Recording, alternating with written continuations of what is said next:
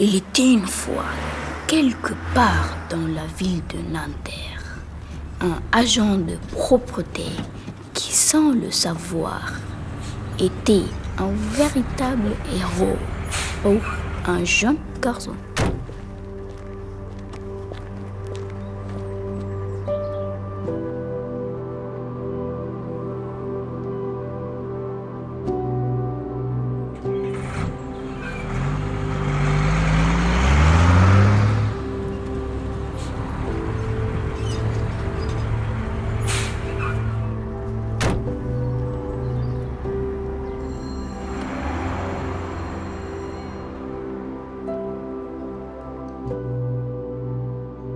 Ok, Karma, ça te va là? C'est bon.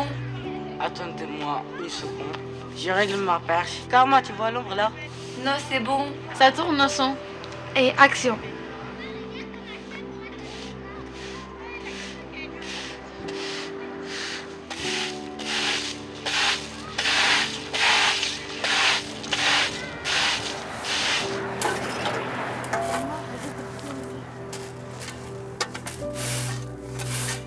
C'était mon premier jour d'école.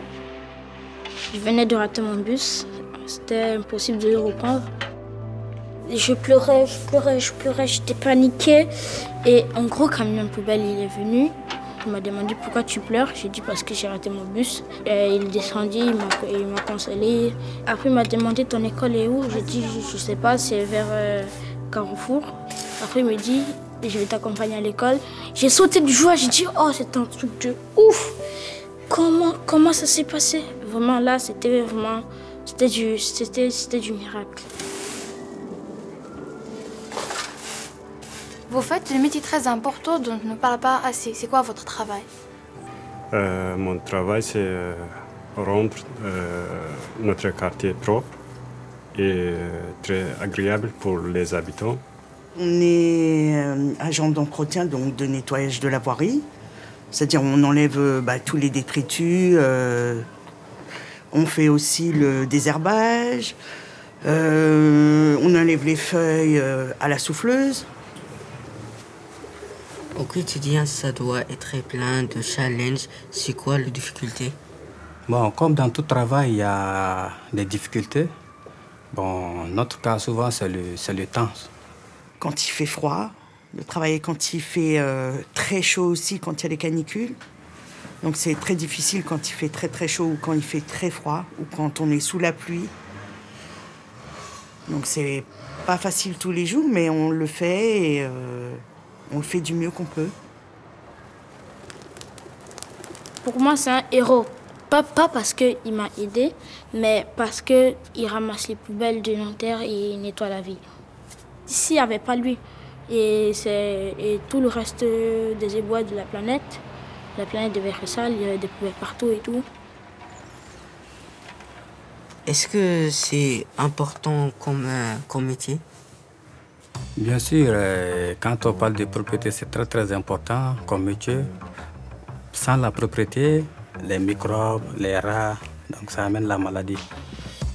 Et puis les enfants aussi peuvent se blesser parce que quand on jette les déchets, il y a des objets tranchants aussi qu'on peut les jeter, les enfants peuvent se blesser.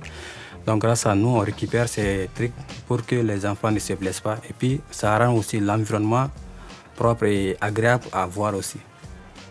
Et puis on a un contact aussi avec les gens du quartier. Donc les gardiens et puis la population.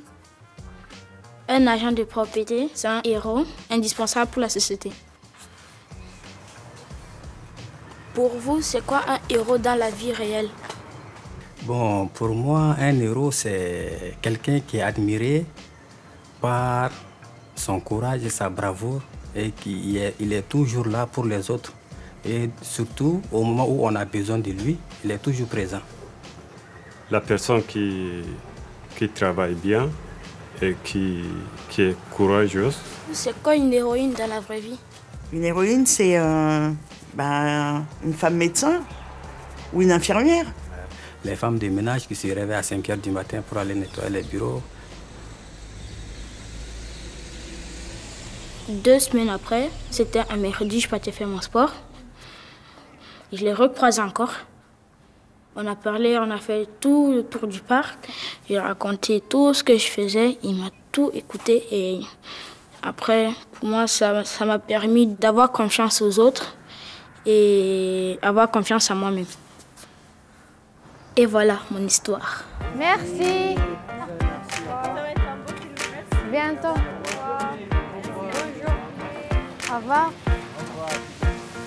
Au revoir. Au revoir. Finalement, qu'est-ce que nous apprend cette histoire pas très banale? Qu'il existe en chacun de nous une héroïne ou un héros et qu'il suffirait de la où le réveiller. N'êtes-vous pas d'accord?